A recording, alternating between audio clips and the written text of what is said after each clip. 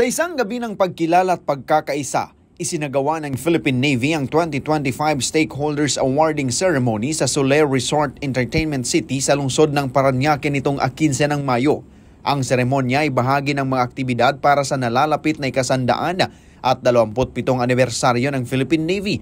Layunin nitong kilalanin ang mga katuwang ng Navy na patuloy na nagbibigay ng suporta at serbisyo para sa ikakatagumpay ng mga layunin ng institusyon. Pinangunahan ni Vice Admiral Josema Ambrosio Q. Espeleta, ang Flag Officer in Command ng Philippine Navy, ang seremonya na nagsilbi ring panauhing pandangal sa nasabing okasyon. Sa kanyang talumpati, binigyang diin niya ang kahalagahan ng mga stakeholders sa pagtataguyod ng seguridad at kapayapaan sa ating mga karagatan.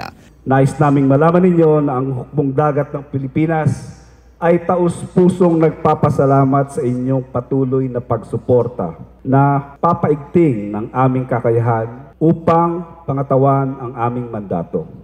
Maraming salamat, mabuhay ang hukbong dagat ng Pilipinas at mabuhay tayong lahat. Ilan sa mga pinarangalan ay mula sa sektor ng edukasyon, negosyo, local government at mga non-government organization. Ayon sa Philippine Navy, ang kanilang kontribusyon ay hindi matatawaran sa pagpapatupad ng mga humanitarian missions, disaster response at community engagement programs.